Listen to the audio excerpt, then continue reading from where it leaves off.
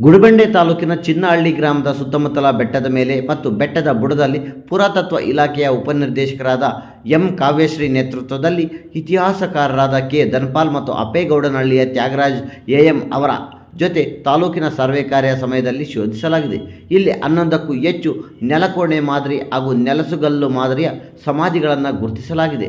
ಈ ನೆಲಕೋಣೆಯ ಮುಚ್ಚಳ ಕಲ್ಲುಗಳು 8 ರಿಂದ 14 ಅಡಿ ಉದ್ದ, 7 ರಿಂದ 13 ಅಡಿ ಅಗಲ ಹಾಗೂ 2 ರಿಂದ 3 ಅಡಿ ದಪ್ಪ ಉಳ್ಳವಳಾಗಿವೆ.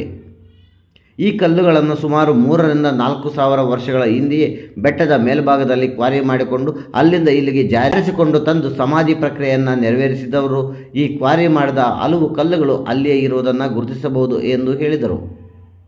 ಇನ್ನು ಈ ಸಮಯದಲ್ಲಿ ಪುರಾತತ್ವ ತಜ್ಞರಾದ ಡಾಕ್ಟರ್ BK ಶಿವತಾರಕ್, ಕ್ಷೇತ್ರ ಕಾರ್ಯದ ಸಮಯದಲ್ಲಿದ್ದಂತಹ ಹುಲ್ಲೋಡು ಗ್ರಾಮ ಪಂಚಾಯಿತಿ ಅಭಿವೃದ್ಧಿ ಅಧಿಕಾರಿ ಶ್ರೀನಿವಾಸ್, ಅಶೋಕ್, ವೆಂಕಟೇಶ್, ಮುರಳಿ, ಸಂತೋಷ್ ಸಹಕರಿಸಿದರು.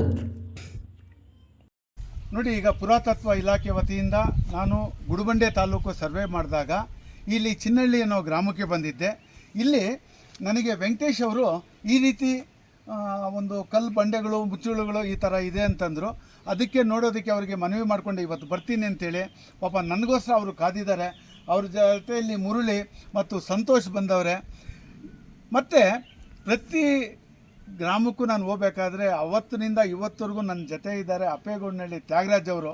ಇವರಿಗೆಲ್ಲ ಒಂದು ಧನ್ಯವಾದಗಳು ನಾನು ಹೇಳಲೇಬೇಕು. ಮತ್ತು ಈ ಕೋಣೆ ನೋಡಿ ತುಂಬ ವಿಶೇಷವಾಗಿದೆ. ಇದು ಅಗಲ ಬಂದುಬಿಟ್ಟು ಸುಮಾರು 2-2.5 ಅಡಿ ಕಲ್ಲು.